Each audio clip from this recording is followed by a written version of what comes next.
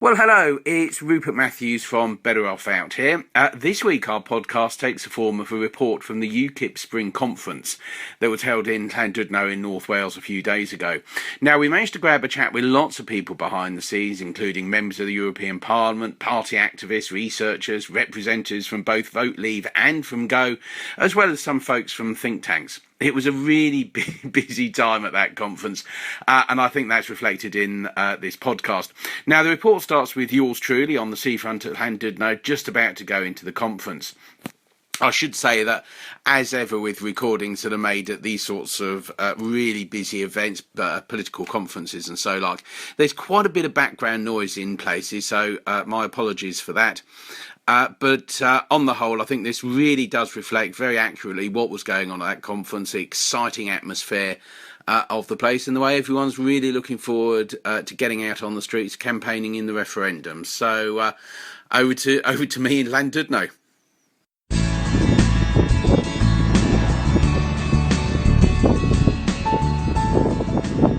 Well, hello, I'm here in Llandudno in North Wales. Behind me is the conference centre. I'm here for UKIP Spring Conference. It's all going there. Just about everybody in UKIP survived. I'm told there's 600 people there, which for a spring conference for a political party is pretty good going.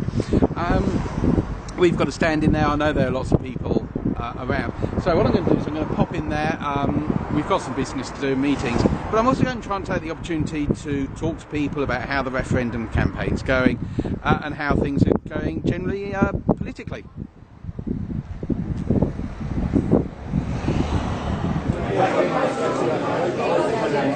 Well, here I am at UKIP Spring Conference in Llandudno. I've just bumped into David Caburn, member of the European Parliament for Scotland for UKIP. David, how are things going in Scotland? Because you've got the Scottish parliamentary elections coming up in May and then the referendum in June. Looking very good. Even the Record, the Daily Record, which is not a paper favourable to us, it's a Labour paper. They've commissioned a poll, and I think it was 6%, which would give us 7 MSPs. They were saying we could have about 7 MSPs. So who am I to argue with the Labour Party newspaper, the Daily Record, who've done so much to try and damage me? So they think we're doing rather well. So I think we're going to get. I'm hoping more than 5, but it's very difficult to say. It all depends on the system. It's complicated. It's the odd type method, and very complex. But more than my meagre abilities at mathematics can possibly cope with. But the objective is we're going to get about 5-6 seats hopefully, and who knows. And that way we should be able to help again the campaign to leave. We'll be able to emphasise that Scotland is not pro-European. It's very much against it. Same as England, very little difference. Practically slightly more, because there's been a lot of propaganda up there. The Scottish National Party, which seems a very strange nationalist party, wants to be ruled by Europe, but nobody wants to be ruled by Westminster. Don't get that. Jim Sillars, one of their older guys, very famous, he said that he's in favour of Brexit. Not all of them. And I think a lot of Scottish nationalists, ordinary members, don't see the connection with why should be ruled by Brussels but not by Westminster. Very odd. So I think that Nicola Sturgeon and Alex Salmond would like to swan about the chancelleries of Europe with President Hollande and Chancellor Merkel. Grand themselves up a lot. Well, of course, it's lovely for them, but the ordinary members don't really get it. It seems like hypocrisy to them. So I'm hoping we'll get quite a lot of votes, certainly for Leave, and I'm hoping a few either first or second preference votes for UKIP in the election. That sounds really, really positive, David. Thanks very much for taking time to talk to us. Get back to the conference. That was David Caburn, MEP for UKIP in Scotland. Right, well, this is the Vote Leave stand. Hello, Robin. I know you from Boston in Lincolnshire, of course. Now, you've got some great stuff here. You've got your Vote Leave mugs. T-shirts, what else you've got? Badges, iPhone cases. iPhone case? Let's take one of those. I'll have one of them before I go, yeah. Anyway, now I understand you're the UKIP coordinator for Vote, so presumably you're doing the interface with Vote. That's right.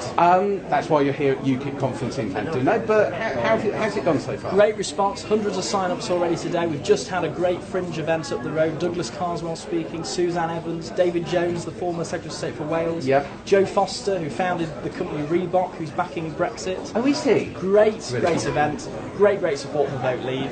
You know, I think we have what it takes to win this referendum. That's why I'm backing it. Brilliant. Okay. We've certainly got some great stuff here.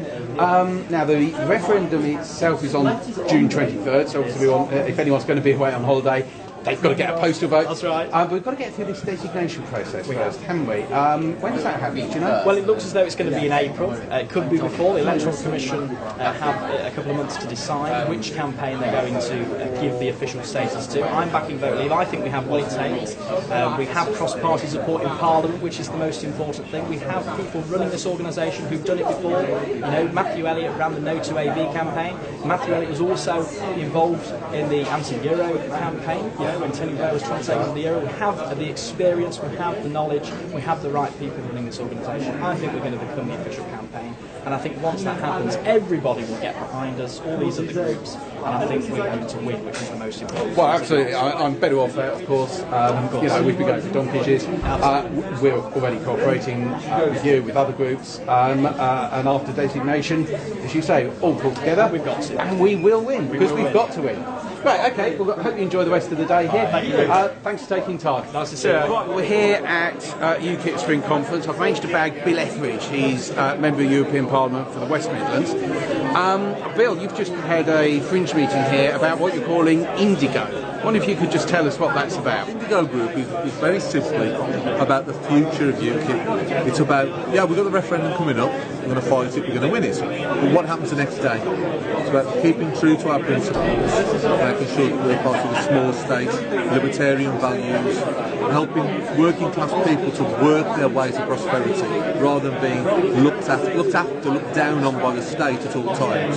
Repeal regulation, give people freedom, and that's what it's about, and that's what we believe UKIP's about. It's not about freedom from the EU, it's about freedom, and that's what Indigo seeks to really ramp up. Oh, that sounds really interesting. So, you've done your fringe here. What's going to be the next move? Spreading the word. We've got ambassadors who volunteered from within the party to go around the branches. We're going to do presentations. I'm on hand to go, and if anyone wants me to come and talk to their branch, I'll happily do that as well. And we're going to roll this out and really sort of get an ideological grassroots movement in really pushing home the small state agenda, the freedom agenda. It's missing from British politics. There's too many middle-of-the-road, statist, social democrats in every party, actually some in UKIP. And I think it's time that we actually show we're different. We are for the individual, we are for freedom. That's our unique selling point. That's what will take us from strength to strength. That sounds really interesting. And now you're in the West Midlands, I know, but are you looking to take this nationwide? We wanted to go nationwide. We've had the party's deputy leader, Paul Nuttall,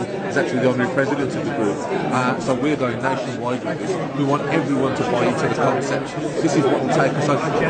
Yes, the referendum is important, but it's not the be-all and end-all. UKIP is a political party, it's not a pressure group, and we must understand, we must give our soul about freedom, and that's what you need. Right, well, thanks, Bill. That was Bill Etheridge, UKIP MEP for the West Midlands, talking about Indigo, which is a new movement within UKIP. Sounds terribly exciting, and good luck to them. How's it gone with selling the trade stands? Slow at first, but as you can see from around you, we got there in the end. Some 20 odd stalls, support from all over Wales and United Kingdom and some of our foreign countries, isn't it? Yep, that's great. Because you were actually doing the process of selling them and so on. Yes. So it's down to you that they've got so many here and they're going well. Myself and my esteemed colleague Sam Gould and Izzy Vade and that, we've worked as a good team together. So we've put all this together. Yeah. That's good, and you've got a good range of people as well, haven't you? Yes. Of different things here. So it's, and we're enjoying it as well, of course. Well, I hope so. But you're also involved with the policy work with Mark Preckless, aren't you? Yes, that's correct. Yes. So what have you been working on there?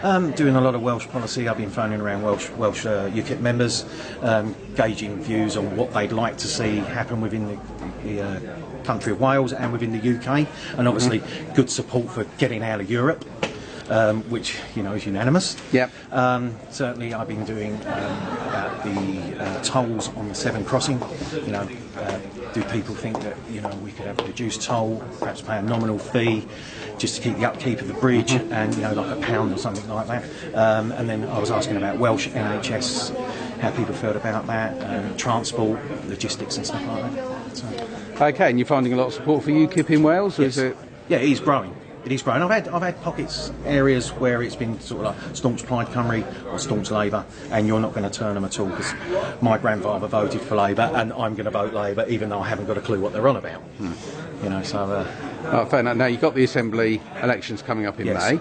How do you think that's going to go? Positively. I hope we get what they're predicting, up to 9, possibly 10 AMs. That's what they're predicting, but at the end of the day, it's down to the electorate and who vote. Yeah. All right. Well, good luck with that. Thank you very much. Thanks for taking time to talk to us. Excellent. Thank you. Thank you. Right, Graham. Here we are, Bruges Group stand. You've got your Norway option leaflet, Britain's global leadership, a few other things here. How's Bruges Group getting on here at UKIP Spring Conference? We're getting on very well. I mean, we've been selling quite a few publications, hopefully getting across various ideas to the people coming to visit us at the stand and coming to the conference here. And we believe that we're getting our ideas over and giving people lots of food for thought, and also arming the delegates here with the arguments for the referendum. Excellent, yes, because of course the referendum is coming up. Bruges Group, like us, Better Off Out, going to be doing a lot for that. You engaging well with the people here, yeah?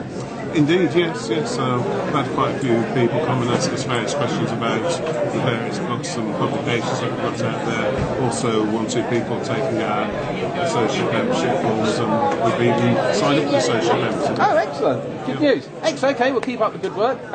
More power to Bruges Group, help us. So, Sarah, nice to meet you. We're at the Young Independent store at UKIP Spring Conference in Llandudno. How are Young Independents getting on? We're currently over 4,000 members. Our Patreon scheme is going through the roof today. We had a lot of interest. It's great to see many young people here today. Compared to other conferences, I believe we've had the most YOs attend our conference, even though we are in Wales, and it's a very long journey. So I believe we're in a very good place. Excellent. Well, that is good news. Presumably, you're involved with the local elections coming up in London and various other parts of the country. What sort of preparations are you making for the referendum? For the referendum, at the moment, we're working with many Brexit groups we can.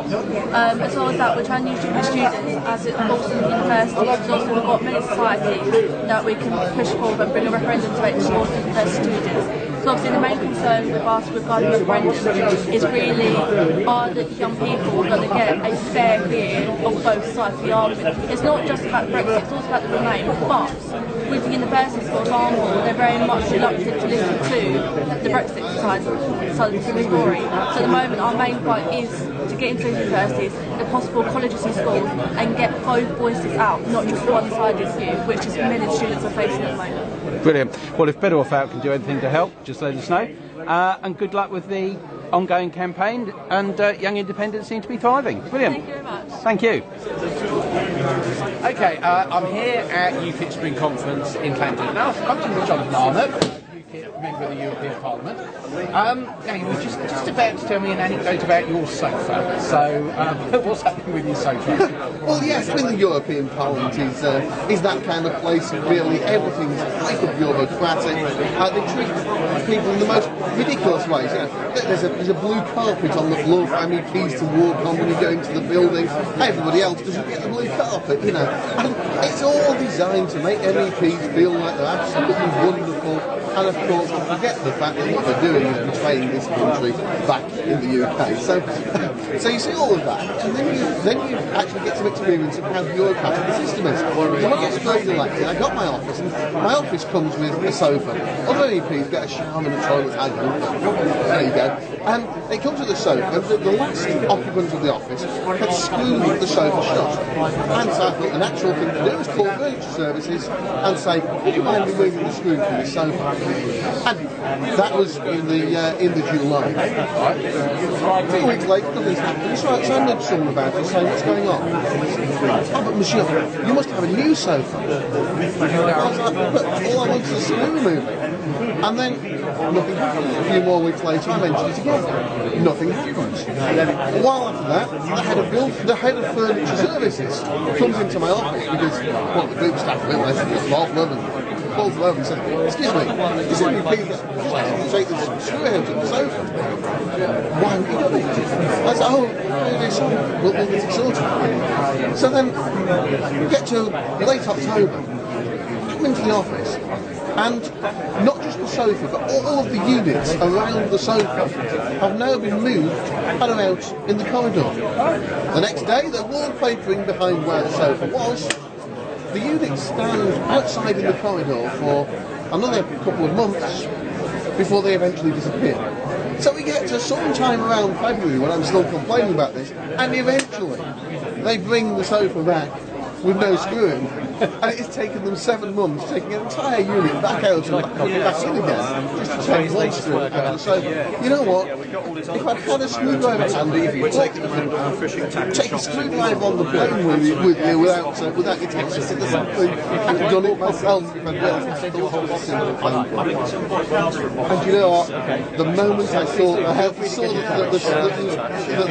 that was about to get fixed, I realised the phone in my office wasn't working.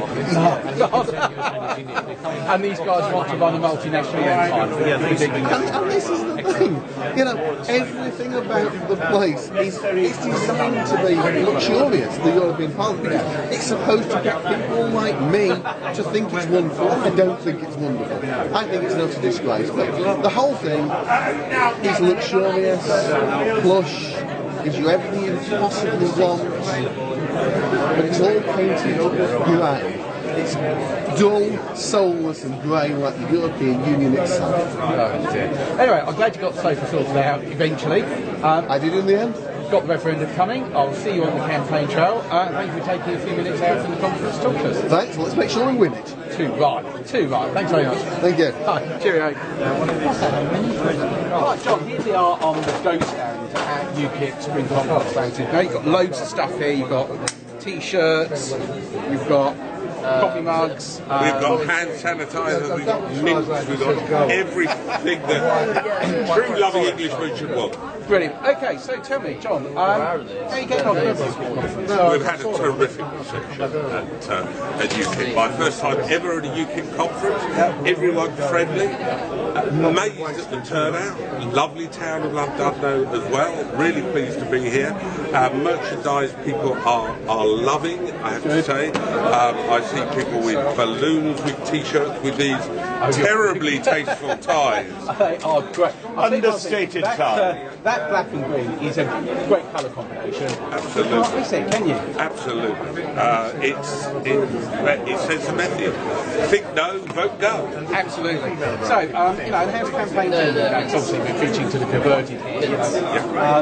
Better off out, we're having a fantastic response from our activists. How things going out in the country? Well, as Deputy Director of Go, I'm currently going around the country talking to lots of meetings, briefing our people who have signed up on the website and the tens of thousands of people who are signing up and who want to actually come out and do something. And it's really encouraging to me as a sort of bit of an old political war horse that about a quarter of the people at the meeting have never done anything slightly political before, never knocked on doors, have never run a street stall, but they're coming out because they're passionate and maybe going to leave. They are. I'll tell you, the enthusiasm amongst the Brexiteers and the is just fantastic. Anyway, listen, thanks for talking. You're a busy man. You've got a couple of people sitting up talking. Thanks very much indeed. Cheers. Right, well, I'm here at UKIP Spring Conference in Llandudno. We're at the stand of Ray Finch. He's UKIP MEP for the South East. He's their spokesman on fishing. And Ray's just produced this new book, which is about the way in which the European Union uses Africa as a resource to the great disadvantage of people who live there. Ray, I wonder if you could just tell us something about the book that you've written. Right, it's called The Evil Empire. It's about the EU's need to control the third world. It's essentially a policy of recolonisation. And what's happening is the EU, what it does is it goes to a corrupt government in a third world country, usually Africa, and says, here's a big bag of EU taxpayers' money, give us your fish. And they go, oh, thank you, go off and buy some Learjets and things. And in the meantime, all of these European super fleets come in, clean the oceans, cause complete desertification, and the local subsistence fishermen cannot survive anymore. So what happens generally is that you find they go to other things. One of the critical issues is that with the loss of protein in the diet, there are massive health issues in the third world purely because of this. And also, it forces people to go into the interior and eat bushmeat. And bushmeat is where all the viruses are. All of the major plagues that are in Africa at the moment. And it's exposing people to that. So it's causing another health risk. Ebola is one of the reasons. Also, people are left with a choice. They can become pirates, like they did in Somalia. Which is attributable.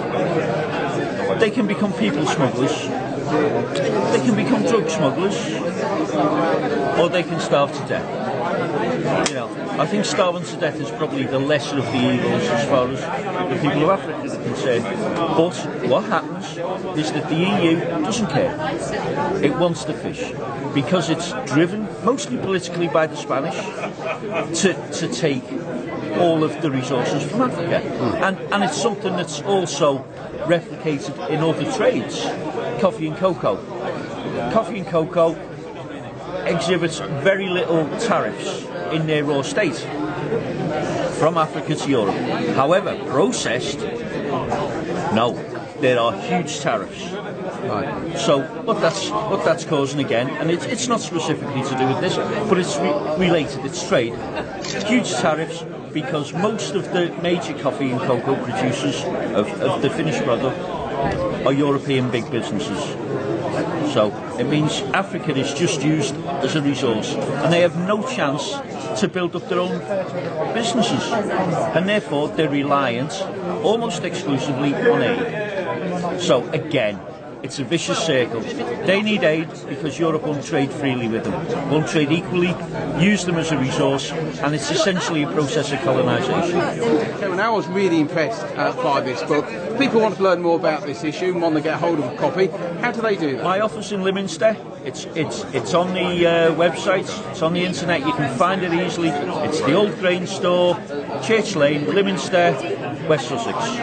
Just write to us and I'll send you a box for your local branch or for your local meeting. I'm more than happy to do so. I've got lots of other books that I've written on fisheries, including for angling, and well, I'll be glad to do so because these things are important.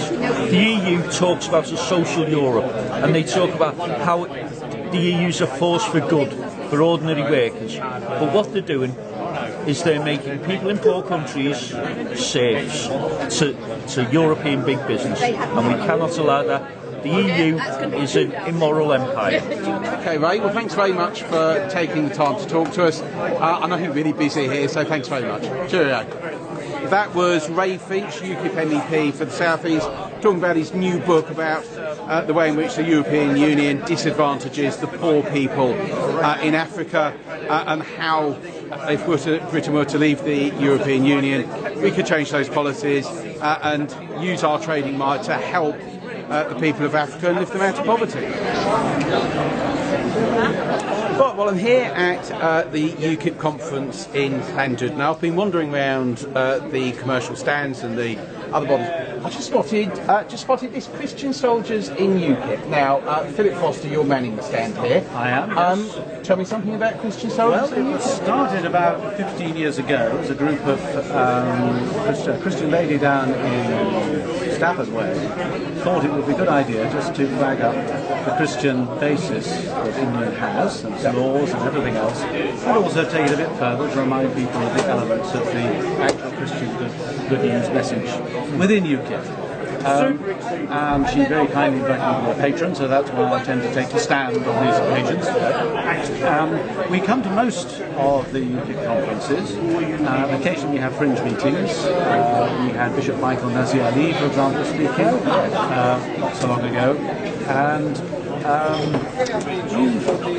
and we are surprised at the support we have. I'm not sure how many registered members we have, but it's in the thousands.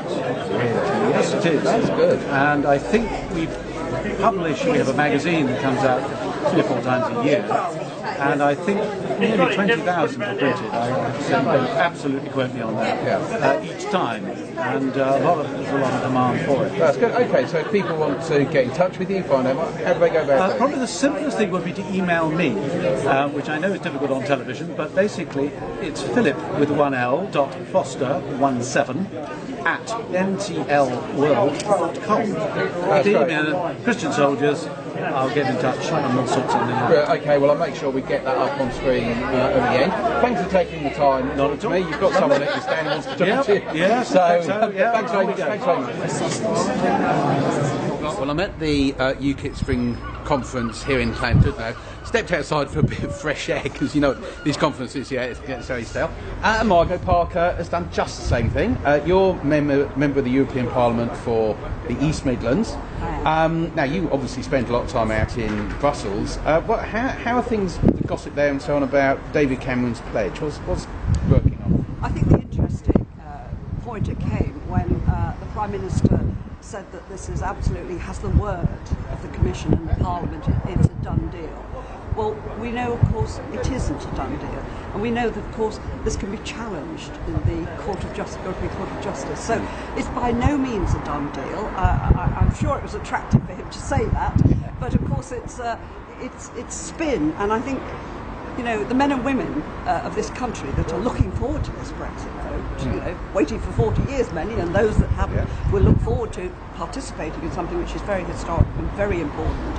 So I think from that angle, they don't take lightly to false promises which cannot be kept. So I'm afraid he's looking a little shallow, and I think people are taking that message and they're saying, well, we don't trust you. What a shame that the British Prime Minister has to actually stoop to a level like that. I feel it's a shame.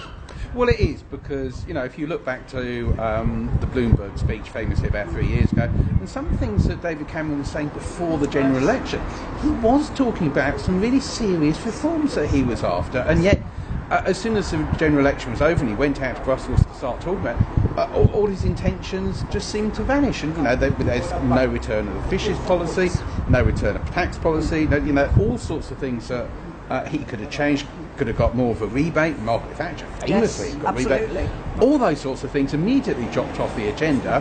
We were left with, you know, a bunch of small changes that really are just tinkering around the edges. And as you say, even that's not legally watertight. Not at all. I mean, it is insignificant. Even the French President and I believe the German Chancellor, there's no treaty change. There's nothing there on offer at all.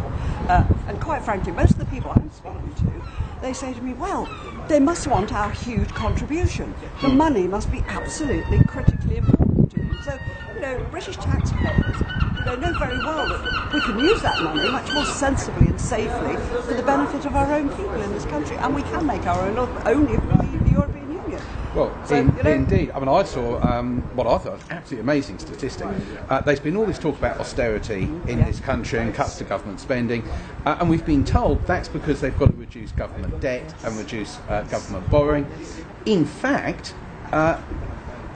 all the austerity, all the savings the government's made is just being paid straight to Brussels. And if we weren't a member of the European Union, we wouldn't have needed any austerity because we'd have had the money instead of sending it overseas. Not at all. I must make this quote because it's one of Margaret Thatcher's great quotes, which I love. She said, you know, socialism is great until you run out of other people's money. And of course, it's true. Yes. You know, so the taxpayers of this country will never ever be able to give enough money to the insatiable financial appetite of the European Union. You can never give them enough money because these guys can spend it quicker than you can even think about the ways they want to spend it. They'll dream it up.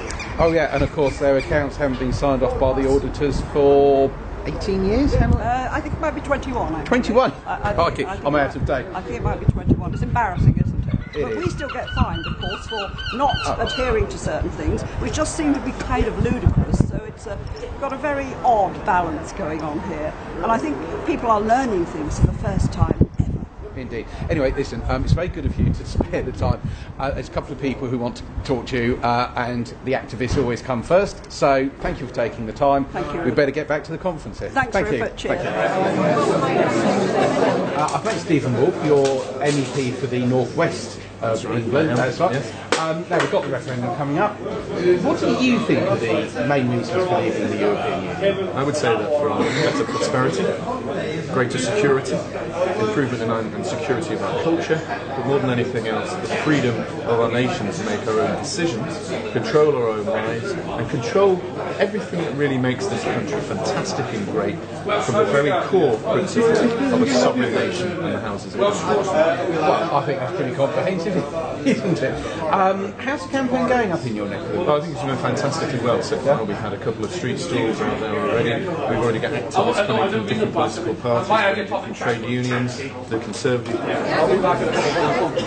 Okay, I'm at the UKIP Spring Conference in Llandudno. I've met Neville. Now, you're standing for UKIP in the London Assembly elections. Absolutely, yeah. Brilliant.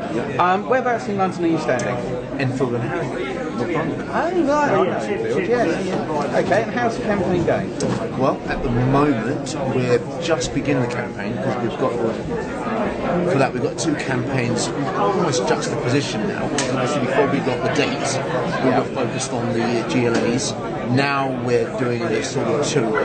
We're sort of spending half the week doing the GLAs, and another part of the week we're actually campaigning for the EU referendum. Oh, of course, because the London elections are May, and then the referendum is 6 months a bit later. Yeah. Oh, okay. And how are you finding the campaign for the GLAs? Yeah. Well, you know, it's for me it's a little easier because I was also the candidate for the general election, so it helped that I was the candidate there. So in a way, I have a little bit of an advantage because a lot of people know me and I campaigned heavily during the general election last year. And it was only last year. So in a way, the what's happened now is the initial stigma of UKIP sort of has died out a little bit now.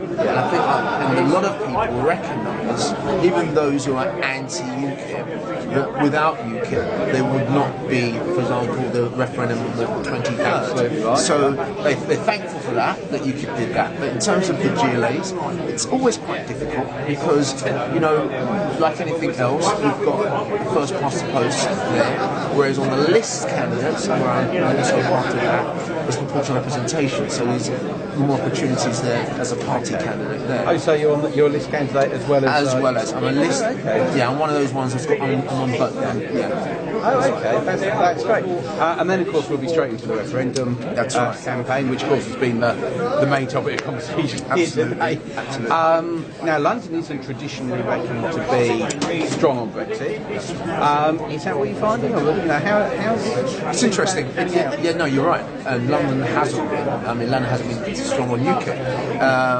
But I see, and I've said this to Nigel today, which is Nigel Farshman, the positive things what I'm seeing now is I'm feeling a shift. There's a real slight shift, and this shift, it's really been driven, I believe, by the Commonwealth vote, and it's the area I live in. There's a big ethnic population, and we've got many people coming from India, particularly from India.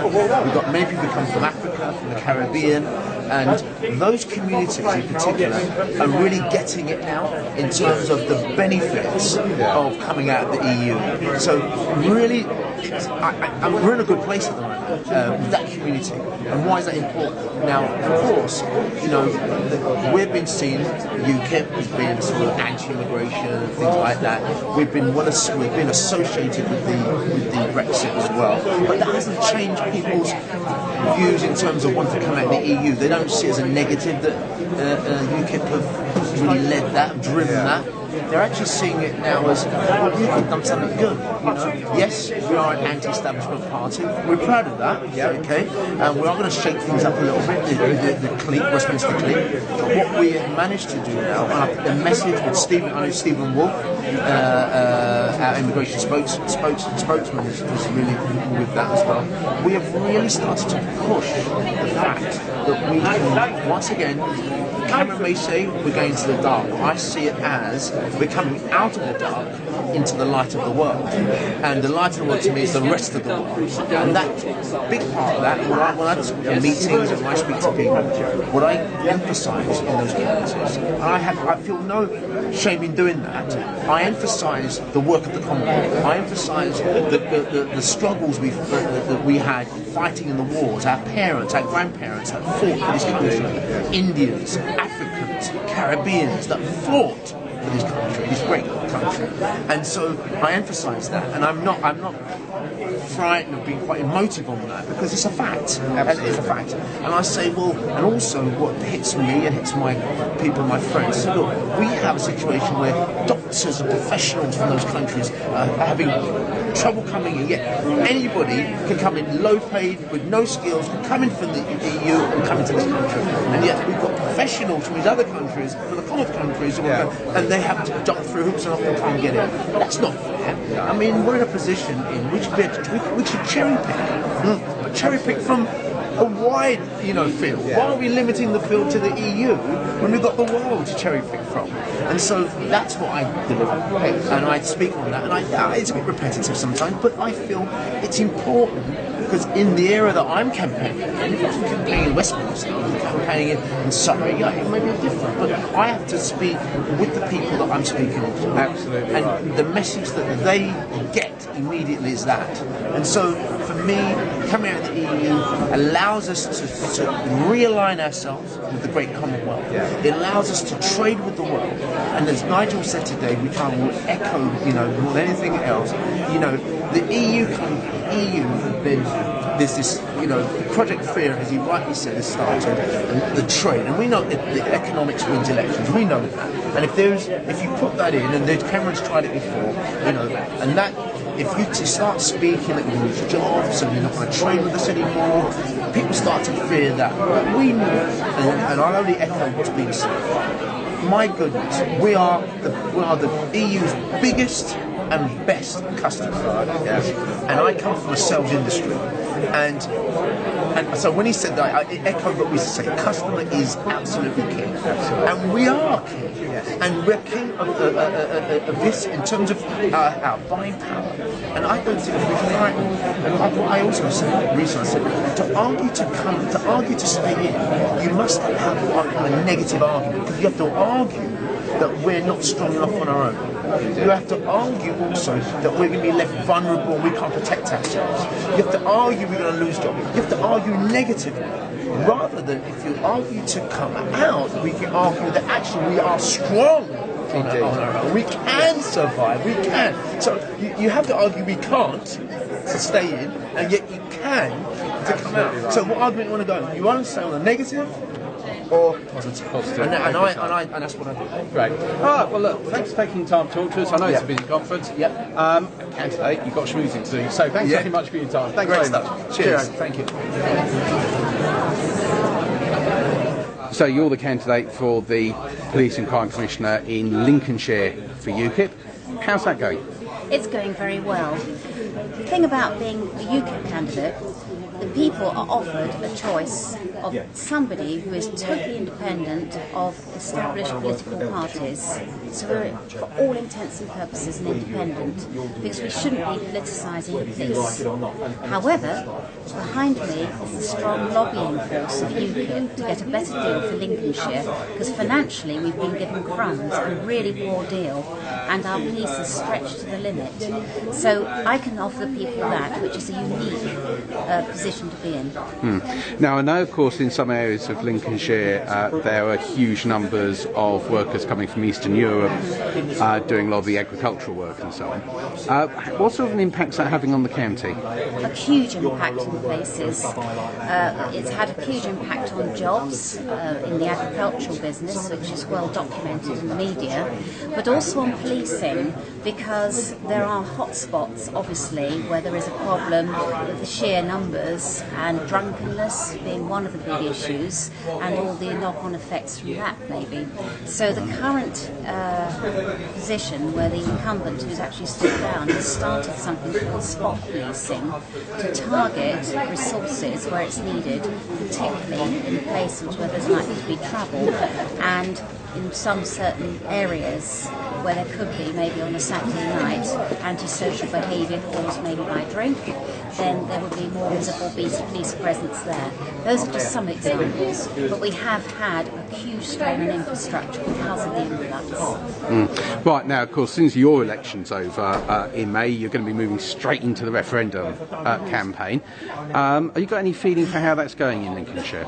Very well, because basically in Lincolnshire we've had a brunt of the uncontrolled immigration situation, but also people are practical. Our roads are falling to pieces. Our resources are stretched to the limit. We've been given crumbs from the government, and yet there's money for foreign aid, and money, £55 million a day to be members of the European Union. It's crazy. So in Lincolnshire, I think there'll be an overwhelming out vote. Excellent. Well, let's hope so. Okay, thanks very much. Bye-bye. How's the campaign going in the West Midlands? It's going really, really well. We've got to hit the ground running. Really encouraged. We're reaching out across political parties, which is important. People who want to get involved who aren't political, which of course is equally important. And of course we're reaching out across different communities and engaging with the various different groups within the West Midlands and actually across the country. I think people are waking up to the fact that this is a huge opportunity to actually have real power and real say. What I'm saying is it's the European Union is backed by the establishment. The European Union is the establishment. And when you look at the great sacrifices that we made as a nation, not just the terrible sacrifices of the two world wars in the last century, but the social sacrifices, from the levellers to the Chartists, right to the suffragettes, the Reform Act, all those rotten boroughs. Well, I think the European Union is a new rotten borough.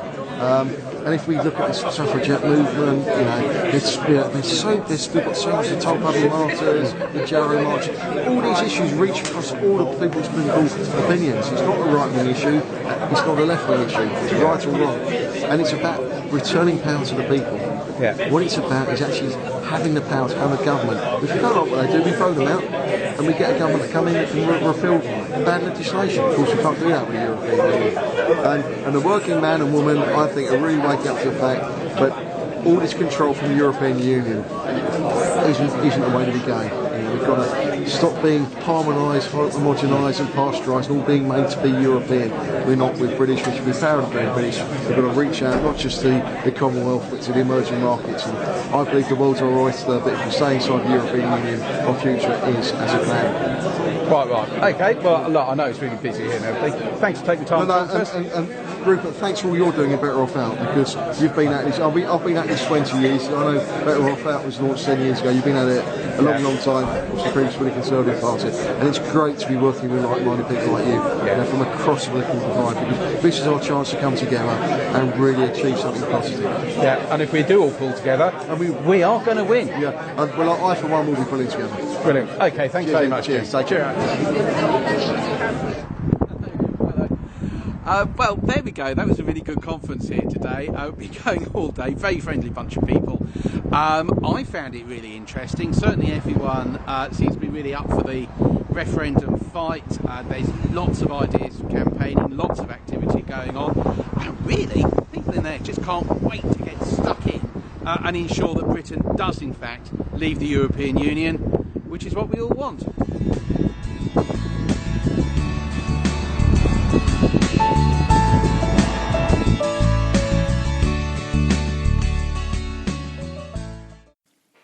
Well, there we go. That just about wraps it up for this week. That was our report back from UKIP Spring Conference in Llandudno. Now, don't forget, you can learn more about our campaign on the website www.betteroffOut.net. We're also on Facebook and Twitter, and we have our own YouTube channel as well. So we do try to keep the airwaves busy, as it were. Anyway, thanks very much for listening. Lots of activities going on. We've got a new page on our website now, which lists lots of activities all around the country for anyone to get involved with if they fancy going out and doing a bit of campaigning for Brexit. Cheerio. See you next time. See you on the campaign trail.